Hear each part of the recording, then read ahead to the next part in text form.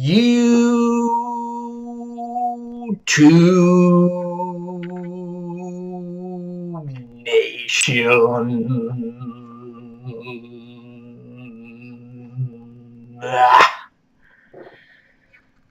Hugh Mason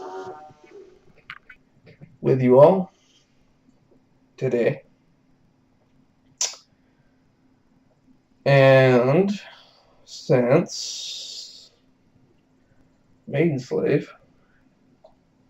can't finish a discography review to save his fucking life, even with a little bit of my help on that vulgar display review, I've decided to do you all and myself a favor and just review the entire discography from Cowboys to Reinventing by yours truly. And, I'll go ahead and I'll throw in Power Metal since it was a Phil album. And that's pretty much what he wanted to do. So I'm going to do all of them. This is the end all be all. To be honest, I haven't heard their first 3 albums. I really only care about Phil, despite what I might have said on his vulgar display of power review. So let's start, Mother Clucks.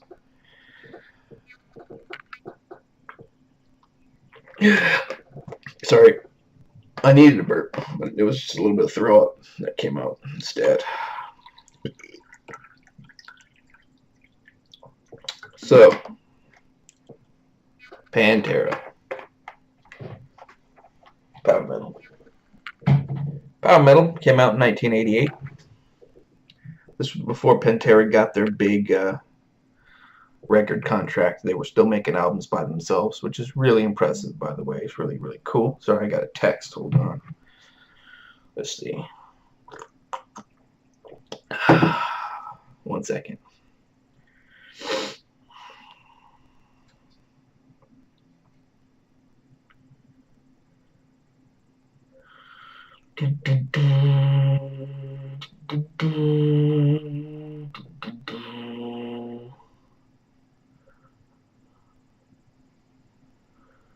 God, I have a terrible headache.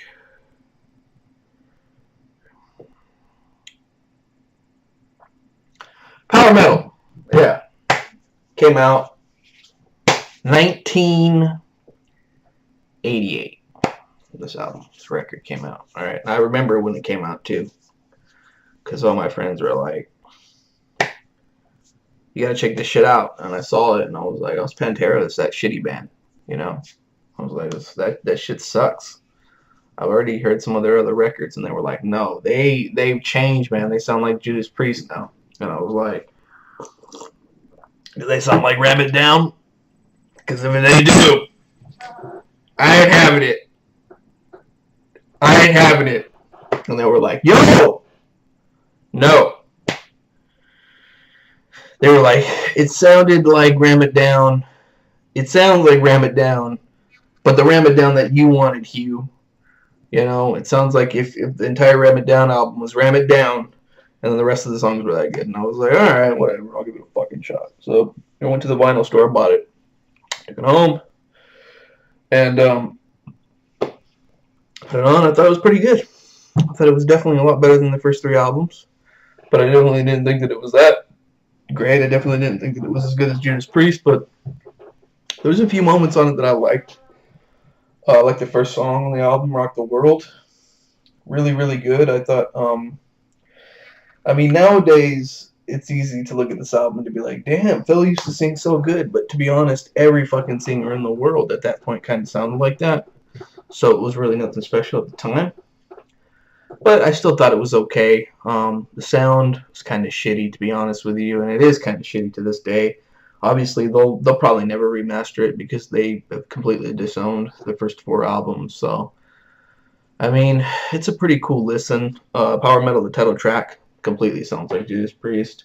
My favorite song on the album, though, has to be, and I'm going to check here to cheat. I think it's Over and Out, by the way, which it is Over and Out, but I want to get up my music real quick just to, so I don't fuck up. you know. Yeah, Over and Out. I thought Over and Out was awesome. Um, Sounds very much like really heavy metal at the time. Sounds kind of like Megadeth, actually. And with the production, it kind of sounds like the original mastering of Peace Sells, produced by him. So I thought that was pretty cool. At the same time, though, I mean, compared to what was going on at the time and compared to how they were eventually going to sound, there's some moments where it does sound like they're struggling, especially on the drumming end. You know, to be honest, it's an interesting listen, for sure, especially if you like new Pantera, or I guess later Pantera. But it's really nothing special. I mean, probably the most significant thing about it is I think it was this album that got them their main or their big record deal, you know, as far as I know. But other than that, you know, it's hit and miss. It's got some really bad stinkers on it. It's got some pretty okay moments on it. It really just sounds like the band being heavily influenced by what was going on at the time. And when you think about Pantera, you think of originality. You know, you think of a very original sounding band, game changer. So when you get this, it's interesting, but at the end of the day, I'm sorry, it's just not. It's not the best thing in the world. So give it like a 5 out of 10. 5 out of 10. It's about half an album to me. Moving on. Cowboys from Heaven by Pantera has to be the most overrated album of all motherfucking time. And I completely understand why. And I remember when this album came out, actually. Funny thing is, nobody was talking about this album being a game changer. You know, everybody just said, you check out this new band, Pantera. And I was just like, new? These fuckers have been around. Now they just fucking sound like Metallica. They got way better production. And that's what it pretty much chalks up to. They sounded like a mix of a lot of metal that was going out the door, basically, on this album. I don't think that they did anything revolutionary until their second album. There's moments on this album. First of all, the sound's great, so I'll go ahead and give it to them. The sound's great. The album cover is really cool. The new logo is really cool. It's all good, you know, it really is. But as far as the music goes, sure, it's pretty good. But really, I mean, it's a mix of thrash, and it's not even that heavy. It's not even that thrashy. It's mostly just heavy metal to my ears, especially a lot of what was going on at the time. And it's funny, too, because Painkiller by Judas Priest came out the same year, and in many ways, these two albums are very similar.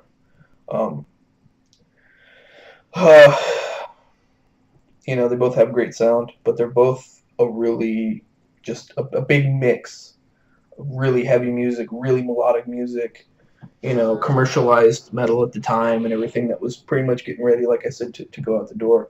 I will say, however, there are some really cool moments on the album. Cowboys from Hell, the title track, is a really cool song. It definitely got the attention of a lot of us rockers at the time. You know, we kind of were able to differentiate. I guess that's a really good thing, by the way. Pantera from the rest of the pack, like, oh, Cowboys from Hell, it's that band that does the, you know, has that cool riff at the beginning and everything. So I thought that was pretty cool. I'm pretty sick of the song now.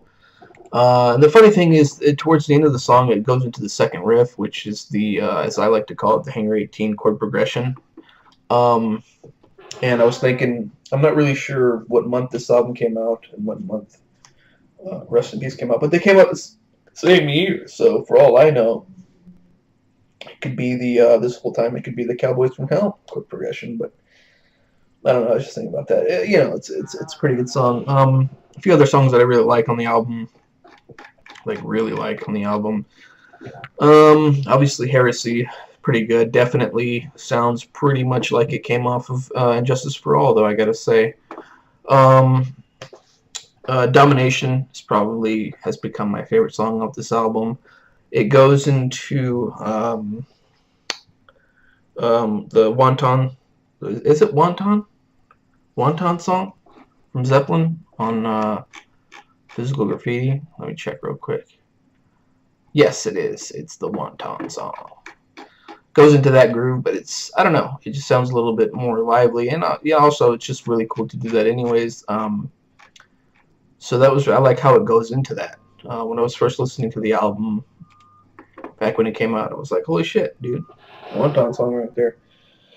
I do think that it is a little bit too long for what it is.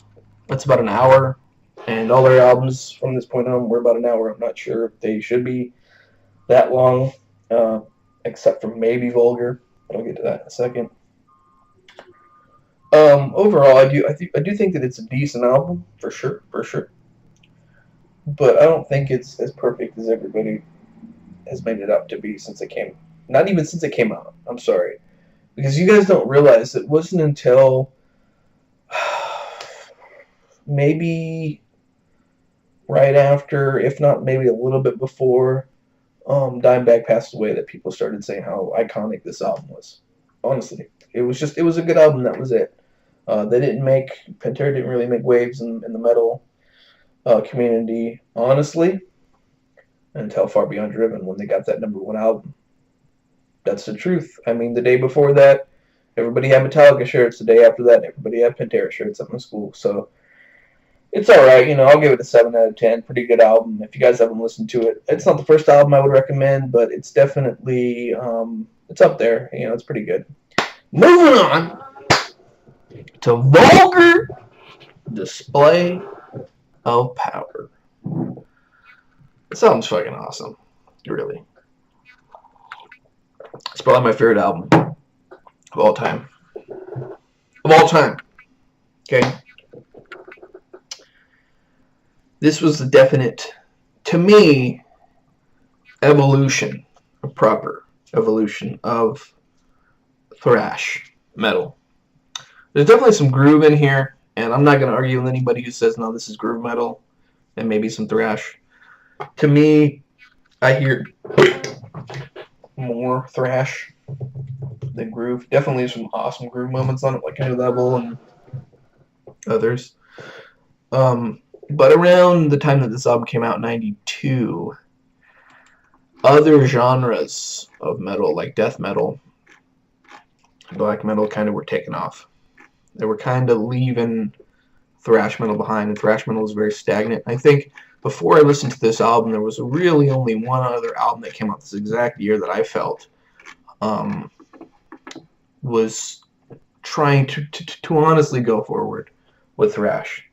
Not like the Black Album, that it commercialized thrash. I felt like Megadeth with Countdown to Extinction, that came out the same year, truly, whether they realized it or not, to me, kind of was pushing thrash forward and evolving it. And I thought that this album was doing that too. Obviously, I listened to Megadeth's Countdown to Extinction before I listened to this one, and thought it was awesome. And it's funny too, because if you're a fan of that album, Countdown to Extinction, if you're not, I don't even know why you're watching this.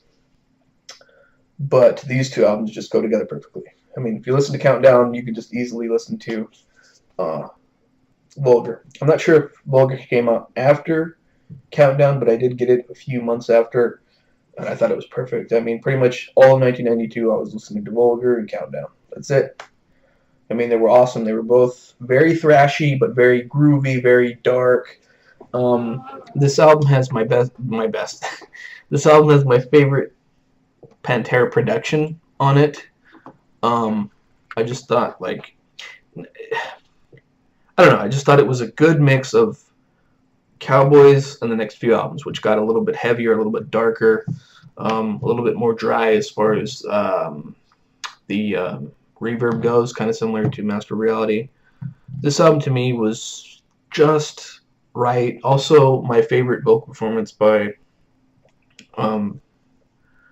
Phil, because he still had his softer moments like This Love and Hollow, which his voice was very, very good, but then he was rough the rest of the album, but not too rough. I mean, some people kind of don't like what he did later because he kept getting, harder and harder, which I do like, but to me, this album is awesome, and I like all the songs on it. Mouth for War, New Level, love it. Walk's really cool. I like the lyrics on that. Fucking Hostile, obviously, fucking awesome. This Love, it's pretty much the ballad of the album. Really good. First few times that I listened to it, though, I wasn't very sure about it until it picks up, and it's not like a traditional thrash ballad. That's also what I like about it. Rise is really good. No Good, Attack the Radical is awesome. Living in a Hole is awesome. Regular People, Conceit is awesome. By Demons Be Driven is the only song on the entire album that I don't like. Before, there was a few other songs that I didn't like, but now it really only comes up to about By Demons Be Driven, and then Hollow is fucking an amazing way to end this album. It's really, really good if you haven't listened to it. If you haven't listened to a Pantera album, everybody says start with Cowboys. I'm going to say it right here, right now. You knock it off. You start with Vulgar. That's the way to go. Yep.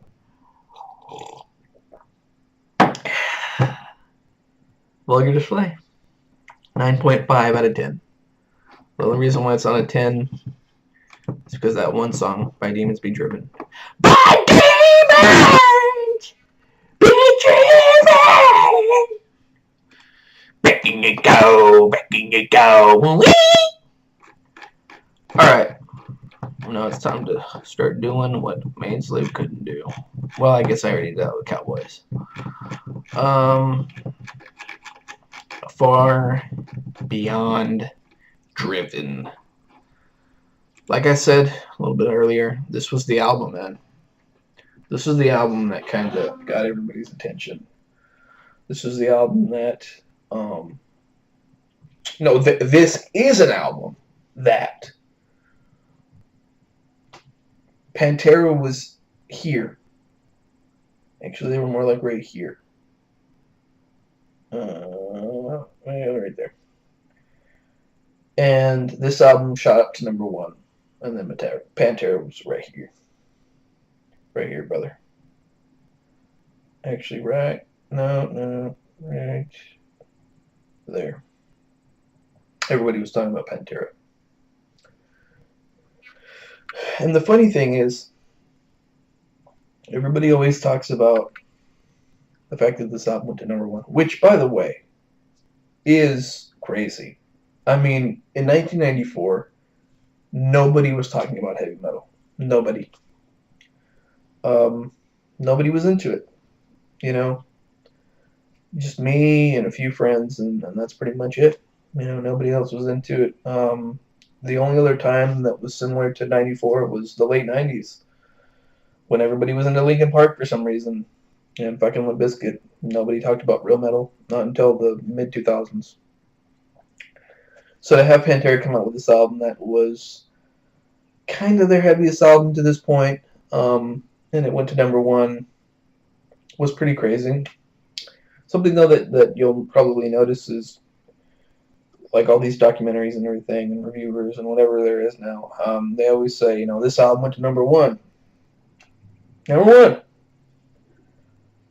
But they never say how long it was at #1 for, because a lot of times you'll hear other bands like, oh, it was #1 for blah, blah, blah months.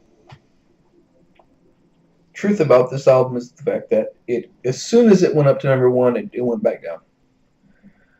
And although Pantera was very popular because of it, nobody really talked about the #1 thing until years later, once again. Years later, people were like, oh yeah, and this album, it went to #1.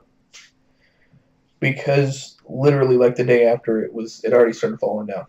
The top 200 or whatever it is. So I just want to point that out. But the album itself, the production to me kind of sounds like it's kind of riding off the coattails of Vulgar Display. It sounds very similar to Vulgar, but just not as good. The guitar started getting a little bit more dry, like I said. as far as reverb goes. Phil's voice started getting definitely a little bit more aggressive with every album. But this is my least favorite Pantera album. And, you know, it's weird too because I just thought I was gonna love it, but I guess I didn't. It starts out great, you know, Strength Beyond Strength to me. Like, it's an album that could have been, in my opinion, because it starts out great and to me it ends great. But as soon as it goes into becoming,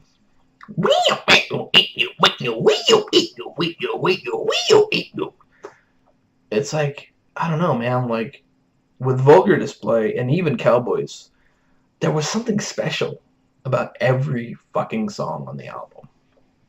But with this album, it was kind of just like, there was no meat to a lot of it, to most of it, to be honest. There just wasn't much there. You know, I only listened to it a few times, and I listened to it again recently, because I knew this faggot Maidenslave wasn't going to be able to finish it. So I still don't like it, man. I don't know. It's just not my cup of tea. I mean, it's not terrible. It's not a terrible album by any means. But in my opinion, it always has been, probably always will be, ironically, Pantera's weakest album, because it's ironic because it was an album that kind of changed everything for them. But in my opinion, that had to do with the momentum of Vulgar Display. But yeah, you know, I also really like Planet Caravan, the cover at the end. Now they have another song at the end there, but on the original LP, it just had Planet Caravan, and it goes into it from throes of rejection. So I remember when I heard it, I didn't even look at it.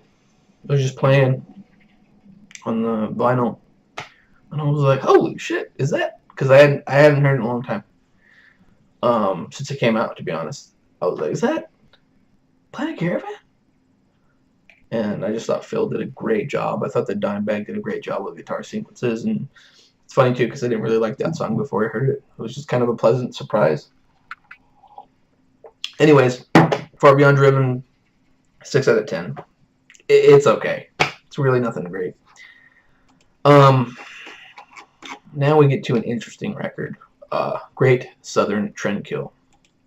As soon as I saw the artwork for this album before it even came out down at the store, I was like, they're done. I'm done with them. That's it. I got the last album. It was okay. And then I saw this picture with a snake on it, and I was just like, I'm done. Fucking done with this band. I'm sorry. So I show up at midnight when it comes out. And by this point, it was CDs. Everything was CDs. Like, I was just like, I'll just get the CD for now. For some reason, when CDs used to come out, they came out in like these long booklet type things. For no fucking reason. You know? It comes out. And I'm like, okay. Okay. I didn't hear any of it. You know, I'm just hanging there because I'm just hanging out with my friends. Because before I thought, you know, I'm not even going to get this. My friends were like, come on, let's just go. And I was like, alright. I'll go. I went. Line was terrible, even back in the 90s. And I wasn't particularly excited about this record. I really wasn't. Nobody was really that excited. People didn't really know. So I go, I get it, and there's this guy at the counter. Kind of has like thinning hair, little teeny glasses. And I'm like, hey dude. And he's like, hello. And I'm like, this album any good? And he said, this is an album that will surprise you. This is something that Pantera hasn't done whenever they started back in the 1980s. This is an album that will grab you and hold you and carry you through like the snake on the cover. And I was like, what the fuck are you talking about, dude? And he was like, I'm sorry, it's pretty good. You know, I listened to it yesterday. It was alright. And actually, I don't really remember it, but I can summarize it really well for you. And I was like, just give me the fucking album, dude. Enough of the talking. So I get the album. I go home. Pop it in the CD player. And I'm like, holy shit. This is some heavy shit. I'm like, yo. This is some heavy shit. And it kind of started out like Far Beyond. So I was a little bit worried. But the sound was a lot darker. To me, this is Pantera's darkest album. As far as the sound goes, of the guitars were just super, I don't know, super heavy, super dark sounding. The vocals are the most extreme, I think, that Phil went. I mean, he's just screaming, like crazy screaming on this album. And I actually like the title song, Great Southern Trendkill. I like the way that it goes into the chorus. I like how heavy it is. I like the, like it sounds like so many guitars, but not too many. You know? And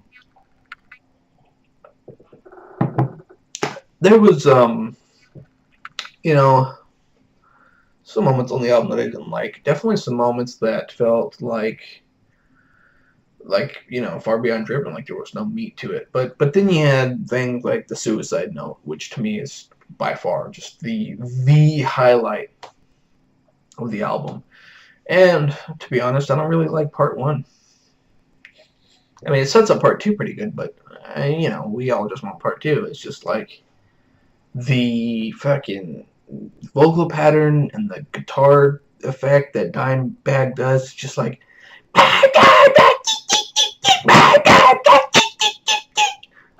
first time I listened to it, I was like, what the fuck?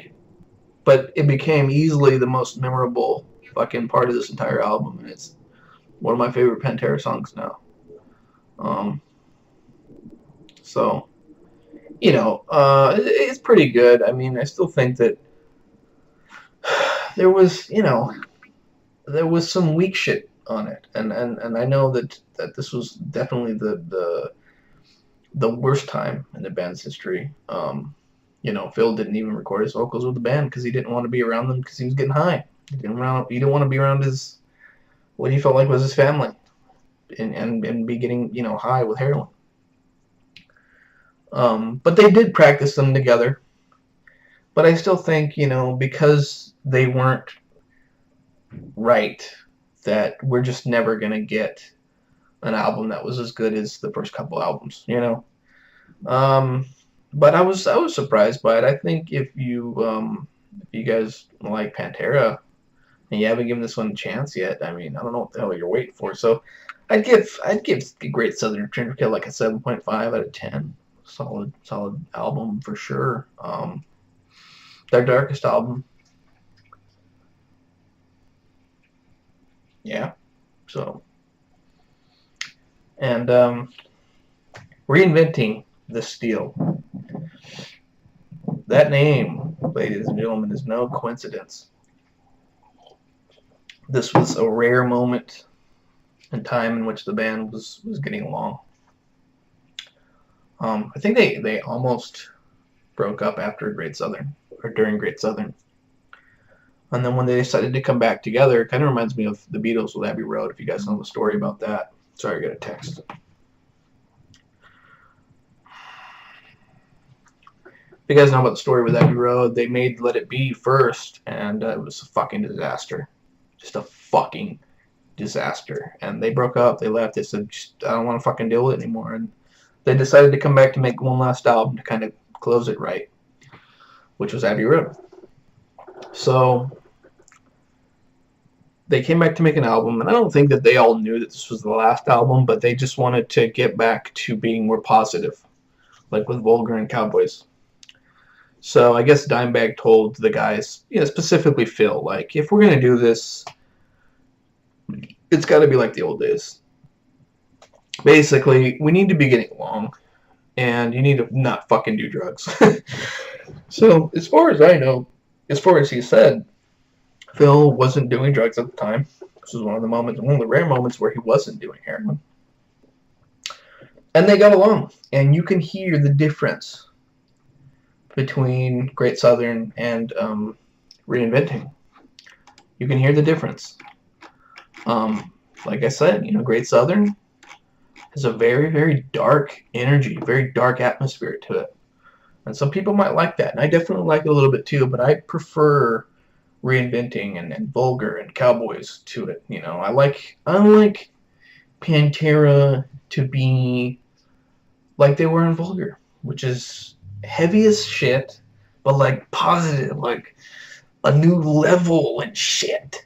So they were on this album, and right away when I got this motherfucker and I first put it on and opened up with Hellbound, I was just like, all right. Clearly they're going back to the Vulgar display sound. That's what everybody called it. And it sounded kind of like Vulgar, but a lot beefier. So that was sweet. Hellbound, fucking awesome. Awesome vocal performance by Phil. He was screaming still. Not as intense as Great Southern, but pretty damn good. Pretty damn fucking heavy. And Hellbound was a great way to open up the album. There's not too much to it, aside from kind of the opening impact, but it's an opening song, and, it gets the job done. Goddamn Electric. When I first listened to the song, I was like, that's fucking cheesy, because it was like a song about their fans and, being yourself, kind of like I was saying, we're positive. Being yourself, no matter what people say, you're going to do what you're going to do, just be, you're kind of like Walk in a weird way. Be yourself, by yourself, stay away from me. But, they have like references to Black Sabbath and fucking Slayer and Weed. You gotta have your Weed references in there too. So it's a pretty good song. On paper, to me, it was always cheesy. And if I saw that on paper and I was in a band, I'd be like, I don't know how I'm gonna make this cool. But they did it. Yesterday don't mean shit. It is what it is. Yesterday don't mean shit. Move forward. Like I said, it's a very, very positive album.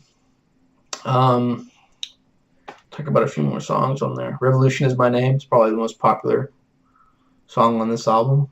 Great song. A lot of these songs sound like they would come straight off of Vulgar Display.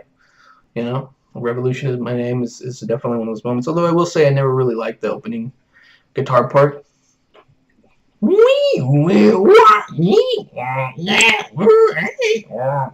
I really like the second time they play it with a cowbell groove. I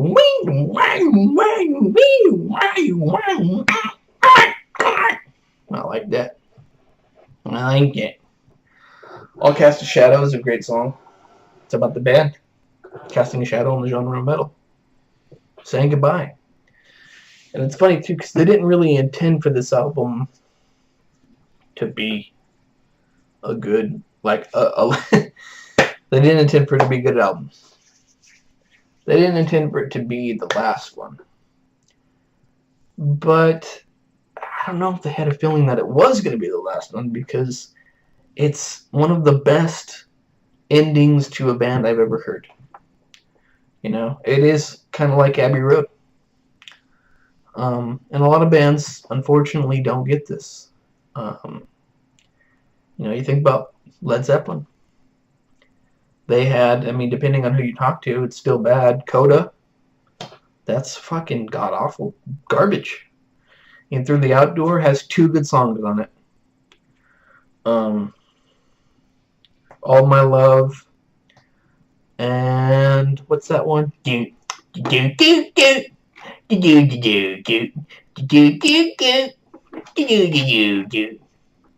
in the Rain. 2 good songs. Black Sabbath. To me, Black Sabbath ended with Never Say Die. Fucking garbage. So, fucking, hey. Pantera ended really good. You know, reinventing still 8 out of 10, brother.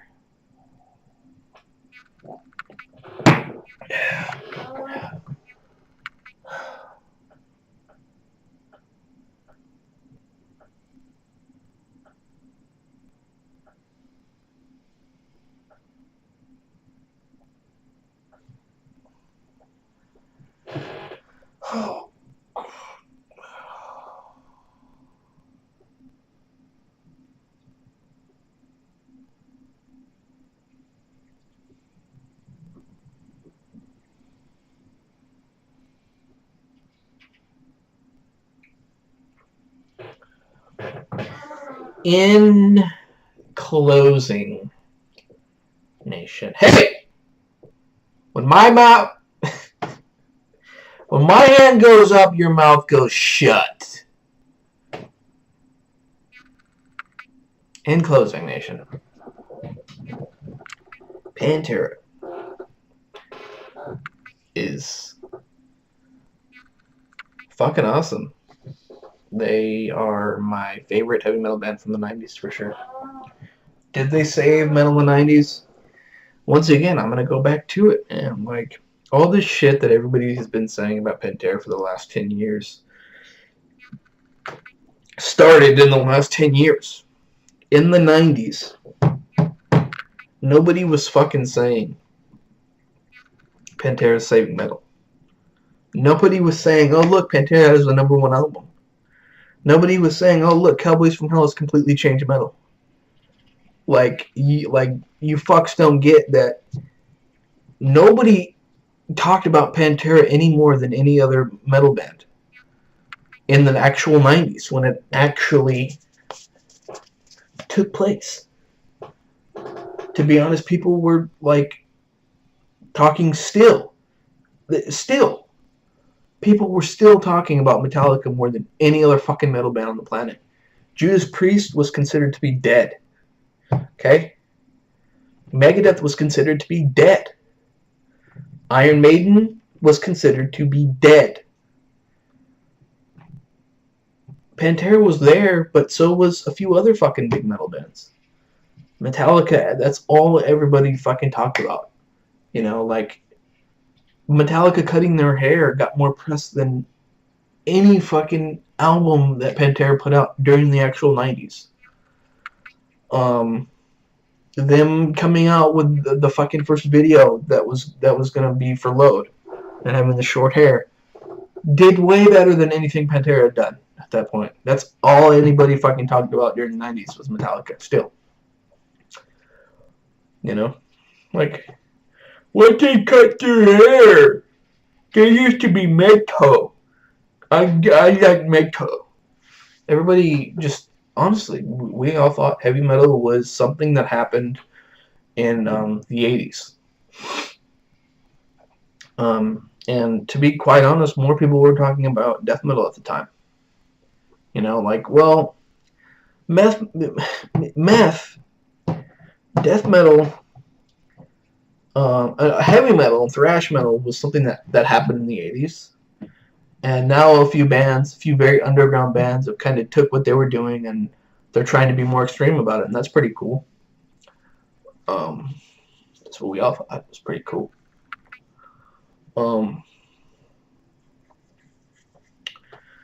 So, you know, it's kind of like this. It's kind of like this with Pantera and me, you know, because, you know, when I first came around here and everybody was like, hey, you know, do Pantera.